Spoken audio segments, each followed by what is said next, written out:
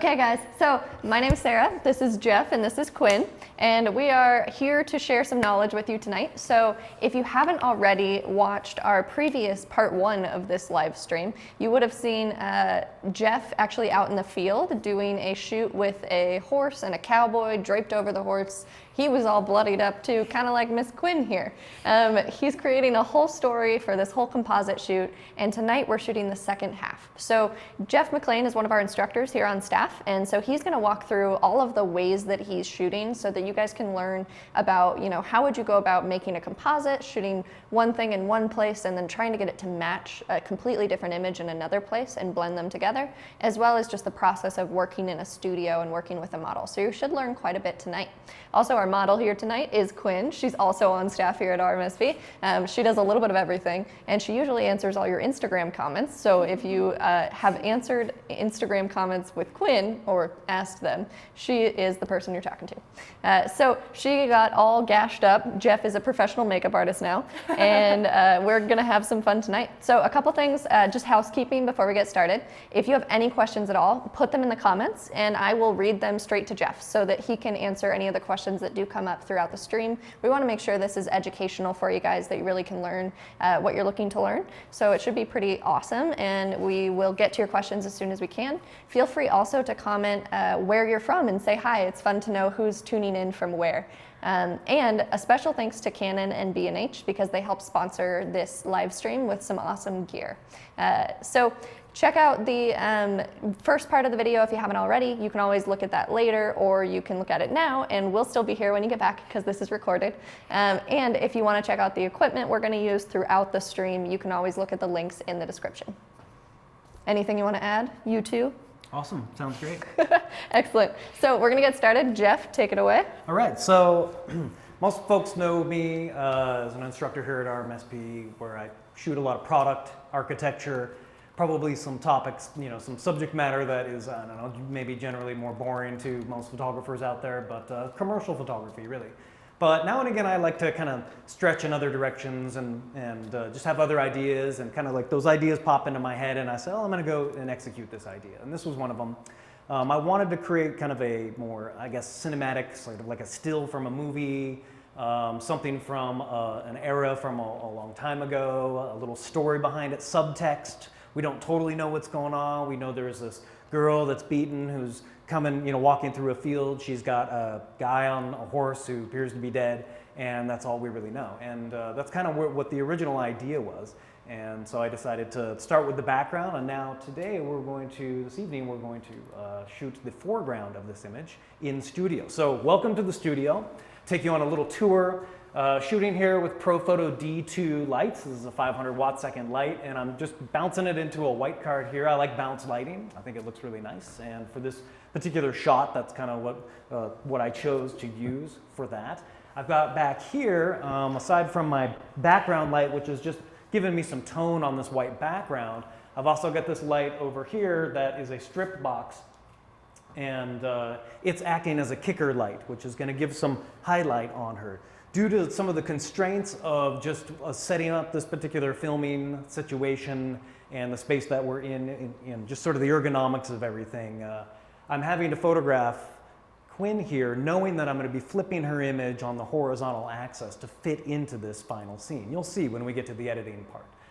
So that's what's happening. The original image was shot at f8, so I'm shooting this part at f8 as well, just so that I can match my depth of field, and we'll get going here. So I have Quinn here decked out in this sort of like older, it's kind of cowboy outfit, this little sort of trailblazer jacket. I've got this cowboy hat on her, and I've applied some makeup, some gristly makeup to her forehead, a gash. I wanted her to be dirty. I actually requested her to come in filthy, but I guess she wasn't comfortable with that. And so I have applied makeup to her to try to give her just a little bit more of a, weathered, beaten sort of look. She's been out in the sun for maybe days, walking with this horse kind of thing. That was kind of my idea here. So the first thing I'm going to do is I'm going to see if I can hit her with a little bit more of this fresh, fake blood, because why not? Jeff, can you tell us where you got your cool flake blood? I got it online. It's called Ben Nye. It's a stage blood, and I was I had to do some research. No, you're good. I had to do some research because I really didn't want to be applying any fake blood. You can do a lot of like do-it-yourself fake blood that involves different food colorings, and in some cases those can not only stain the clothing, but it can stain skin, and I really didn't want to be staining anybody's skin for this. But I had read that the Ben Nye stage blood is apparently good for, you can get it washed out of clothing and off your face pretty well. So right now I'm just hitting her with just some fresh bits of blood. So it's goopy, looking good there. I think I'm happy with that. And now I'm going to go ahead and have her apply some of that, just a drop into your eyes. Ha, I'll help you. Oh, wait. Wait, in the eyes or around it? Right now, just we're going to go in the eyes. Oh my gosh. Yeah, just one drop each, yeah. Oh, I'm so afraid I'm going to poke you in the eyeball. Yep, and then, just to give some wetness, because I want her to appear sad. Oh, yes, you look super sad. This is Redness Relief. It was $4.20 down at Warden's downtown. Now, right before I shoot, I'm going to have Sarah here apply a couple little drops, because she's not a professional actor, so getting her to cry on camera right now is going to be probably tough. Think of something super sad. and I've got my camera set and ready. And I'm going to go ahead and have Sarah apply the fake tears. Fake tears. All right. Let me know when you're ready. I'm ready. Okay. Here's one, and there's two, and then there's three. All right. Okay. I think that's perfect.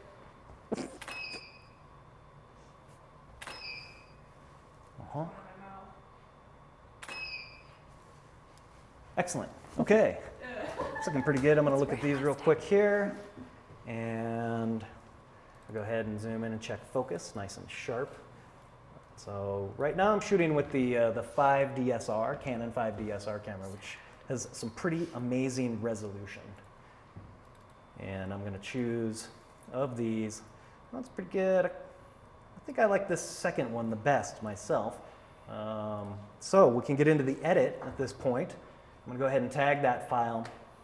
And I'm going to do something a little bit different in this particular setup.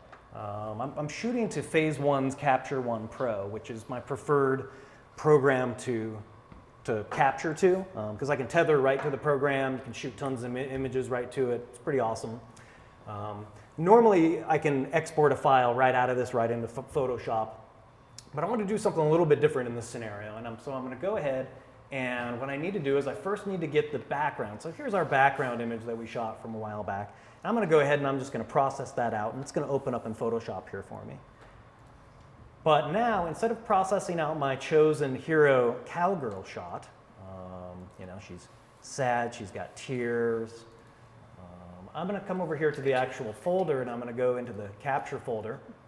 I'm going to find that, and from here I'm going to take this raw file, and without processing it, I'm just going to open it right up into Photoshop. And I'll show you why I'm doing this. So this is Adobe Camera Raw, which is basically the original Lightroom. They had Adobe Camera Raw written as sort of this plugin for Photoshop a long time ago, and then things were going into raw processing, so they wrote Adobe Lightroom. But it's pretty similar here, and I'm going to do just a couple little moves, take the saturation down, clarity up a little bit, maybe just a touch of contrast. So that's all I'm going to really do right now. I might bring my highlights down just a smidge, but from here, what's interesting is down here in the bottom right, you can see I can choose Open Image or Done or whatever. If I hold Shift, I can click Open Object, and I can open this file as what's called a Smart Object, and you'll see why I do this in just a minute here. So the first thing I need to do, Photoshop, we have to select things in order to have any effect over them. So the first thing I need to do here is get into selecting this. So I'm just going to use the quick select tool here to just kind of get a base selection of her. And then I'm going to come here, and I like to use a Wacom tablet, and it gives me a lot of control because I can use these Wacom pens. And I'm going to come here, and I'm going to grab a lasso tool, and I'm going to go ahead and try to capture more of this hair here that's missing. Yeah, it's fine. Good. I'm going to get this bit here, and this bit here. And if you guys have any questions at all, don't feel free to write them out there, and Sarah can dictate them to me. But right now, the first step is that I need to get a selection going. I've got this little missing element down here, so I'm going to go ahead and subtract this little bit from the selection. And Jeff, can you tell me which keyboard shortcuts you're using? I use, well, the modifier keys with Photoshop we use a lot are Command, Option on the Mac, Command, Option, and Shift. On the PC, Command is Control, and Option is Alt on the PC. So Command, Option, and Shift are used a lot with these tools to add to or subtract from selections. And that's essentially what I'm doing. I'm holding Shift right now in order to add to that selection. And I'm going to come up, I'm just scoping the hat here, and I'm going to come in and zoom in on this bit of the hat here, and get this little bit up in here. It's pretty good. Basically, when I work with this, I'm looking to get an initial selection that's, as good, as close as I can get it. Because after that, I'm going to finesse this particular shot. I have another question for you. Yeah. Why do you like Photoshop? Photoshop gives me the ability to, well, a couple of reasons. There's things that Photoshop can do that other programs really just cannot, and that has to do with this selecting to effect. You're selecting, making local adjustments of particular things, and it's extremely precise, and it kind of allows me to use my imagination more. Like when I have these kinds of ideas in my head, I can make them happen with this program. So, it's really like making photographs as opposed to just taking photographs. That's how I look at it. Okay, so I have this base selection of her going, and I'm going to go ahead and I'm just going to drop a layer mask on it, which pops basically a stencil over her, and it's allowing us to see her, but it's masking off the background. And at this point, what I need to do is I need to get her into my scene here. So I'm going to pick her up and drag her over there. And I'm going to just minimize that for now and get into this full screen mode, a little easier to see.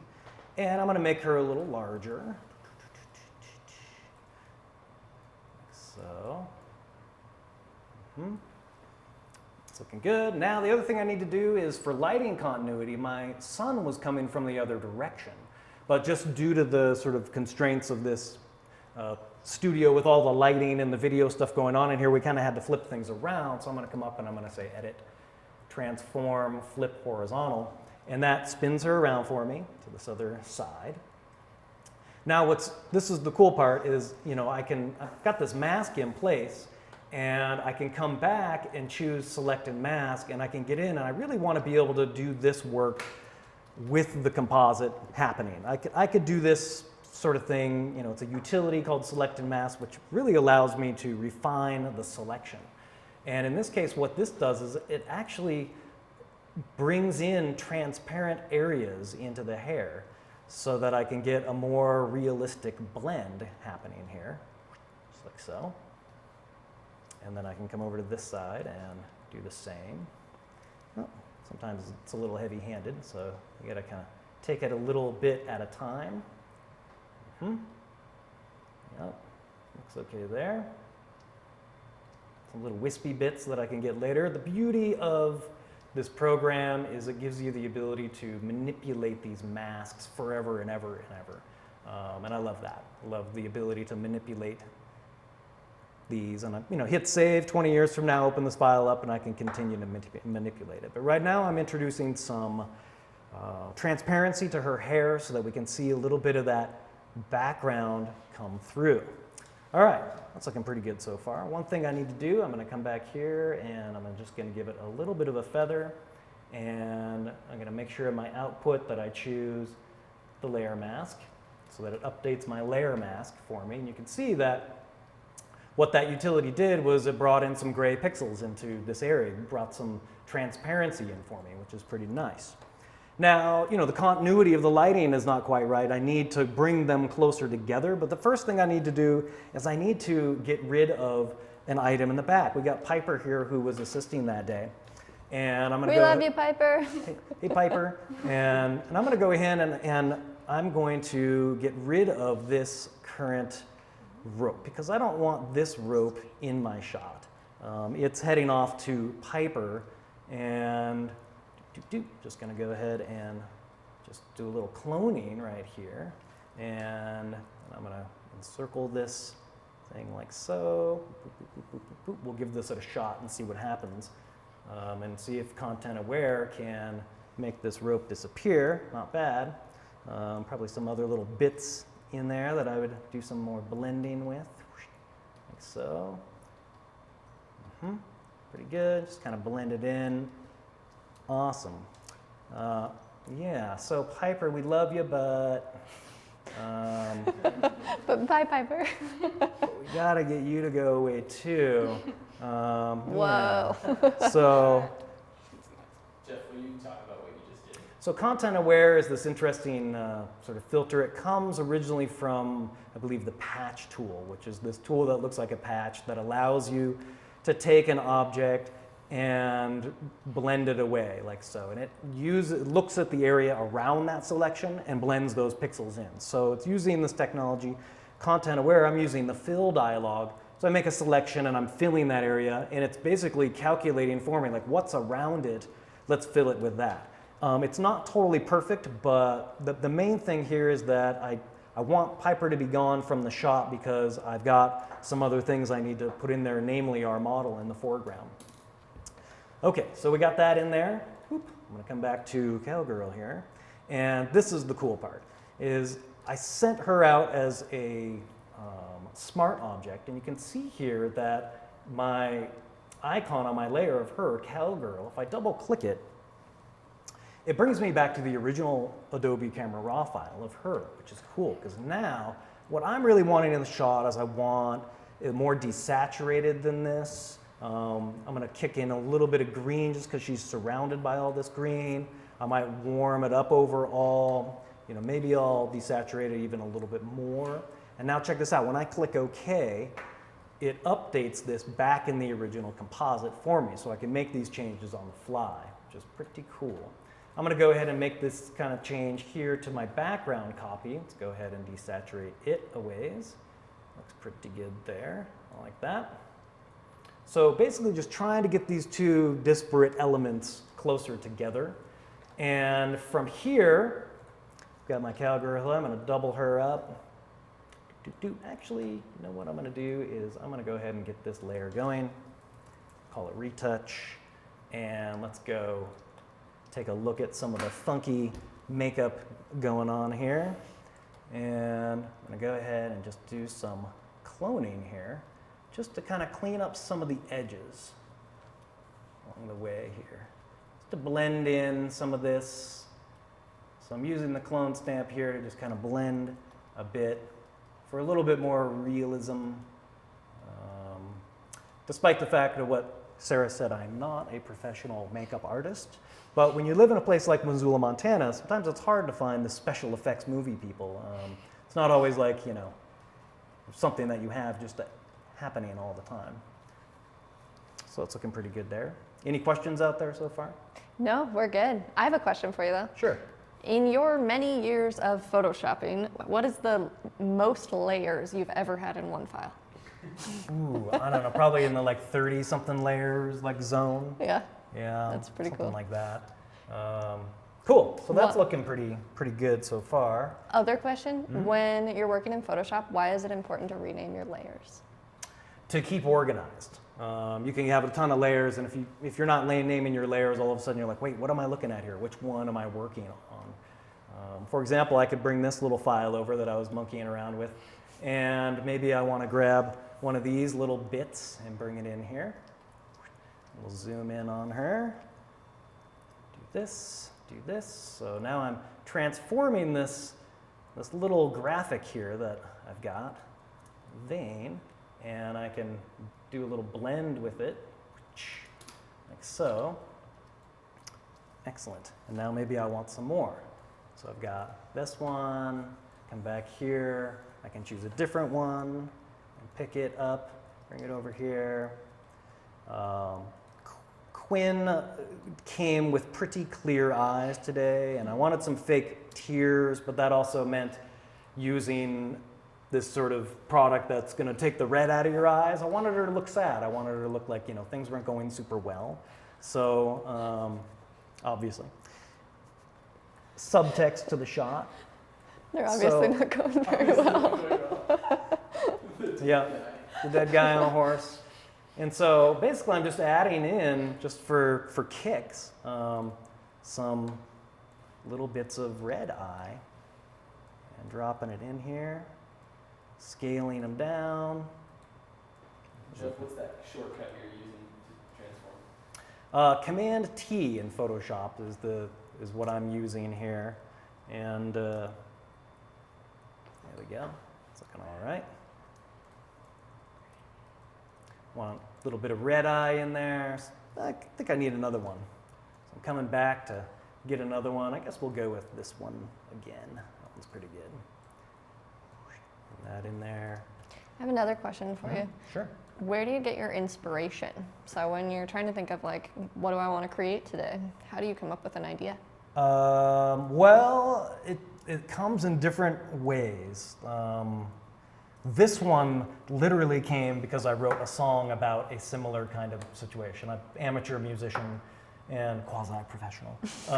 And I had written a song that was basically about a woman who, I mean, it's not really the true story of this image. We don't really know the true story, but the inspiration came from a song that I had written that was about a woman who was being cheated upon, and then she went and killed the guy. And then the whole song is actually like written sort of like after she's like escaping and the cops are coming for her. That's cool. But some guy who was like beating her, and she decided to shoot him and burn his house down. Good job, Quinn.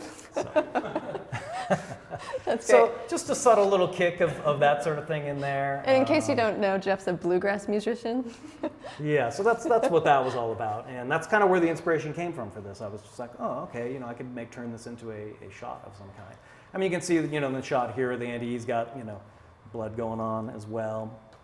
So at this point, I'm feeling, generally pretty good about everything that I have going on. I might want to tweak some of this. Sometimes when you're working with these masks, things can get a little weird. And so this little weird area in here, I'm going to go ahead and get a selection of. And I'm going to blur up that part of the mask. I'm going to take a look at that mask. It looks like I need to blur it a little further. So I'm going to come in here, I'm on the mask. Let's take that blur up pretty high. That's looking pretty good. And what that allows me to do is then I can come and use other tools to get at some of these little white bits, to kind of get them to go away. I think the main thing to remember when working with hair is that you're kind of never going to get it all, and there's a certain amount you got to let go. But like that looks great to me and that sort of thing, and I'm pretty happy overall with this. So I'm now going to move into sort of the final steps of this particular treatment. I think the background's looking pretty good. Maybe I'd want to even desaturate my background a little bit more like that. And to match it, I can again pop right back into Adobe Camera Raw and desaturate her a bit. Click OK, and it updates on the fly for me back in the original file, which I think is pretty cool. At this point, what I need to do is, once I'm done with this sort of portion of the program, I'm going to flatten everything to the top.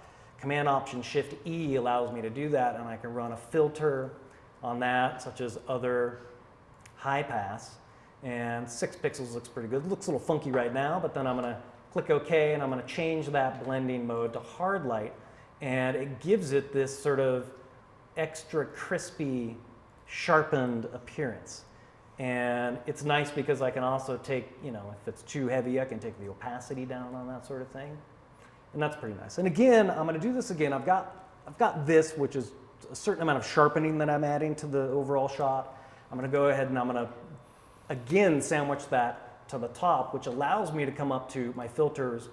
And just for kicks, I'm going to choose this Nick collection, which is a download plugin you can get from Google.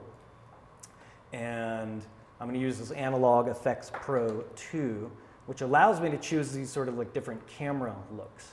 And in this case, I'm choosing this one, which allows me a certain amount of control over some of the different tonality here and details and maybe saturation. I can choose how much of this effect I want to be seen. I can look at dirt and scratches that it applies and apply different little bits of dirt and scratches, which I think is fairly appropriate for a scene like this with how dirty my model is here. Gives me a certain amount of vignetting, so I'm going to darken my corners down a bit and maybe squash my circle. There we go, that's looking pretty good. There, let me darken them a little bit more. Very nice. And then here I can choose sort of the amount of the strength of the effect overall, any kind of grain that I might be applying. So there's, you know, all these different like effects that are pretty cool for this. And overall, I'm liking the vibe of this shot. And so I'm going to go ahead and click OK there. It runs this filter and prepares that. And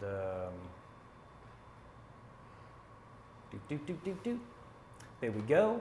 And the final step here for this particular image, I'm going to come back to Nik Collection and choose the Color Effects Pro and hit it just with like a subtle amount of bleach bypass.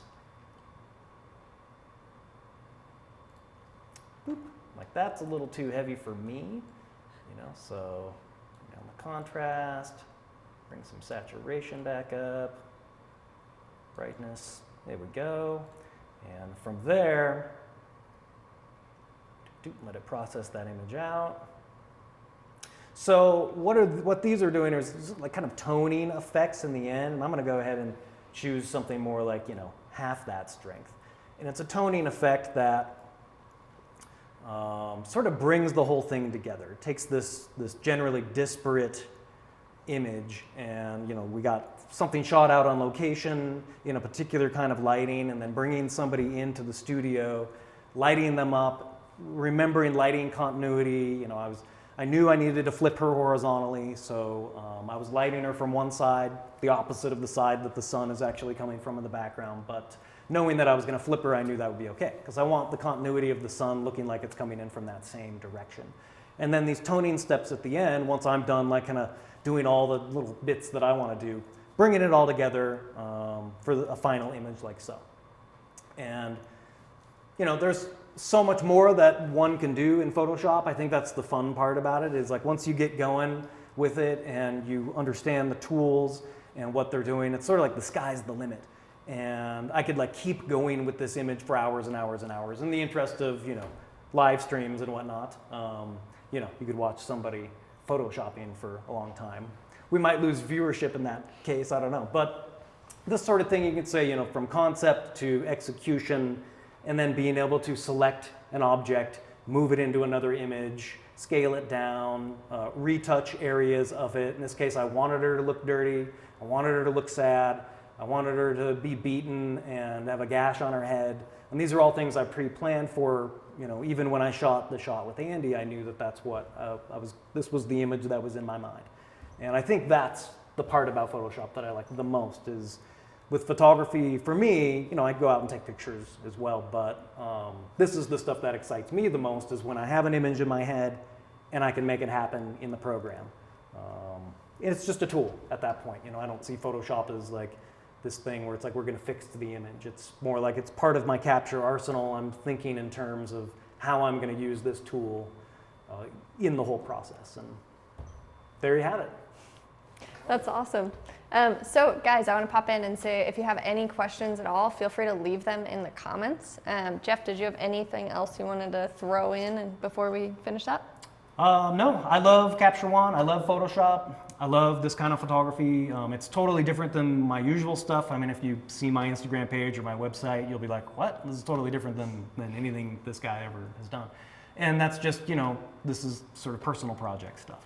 So, and I think that's important, is to do personal projects and keep that alive for yourself, even if you have like, you know, commerce clients or, you know, portrait clients or wedding clients or whatever. Do personal work to keep those creative juices alive and keeps the skills fresh.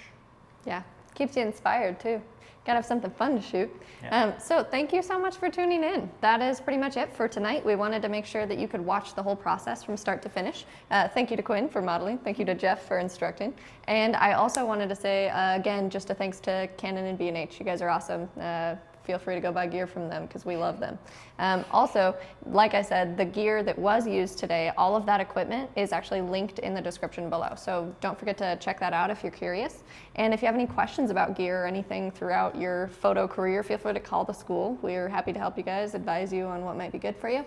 Also, don't forget to like this video if you liked it, and also subscribe to our channel if you haven't already, because we like to do fun stuff like this and we'd love to see you again.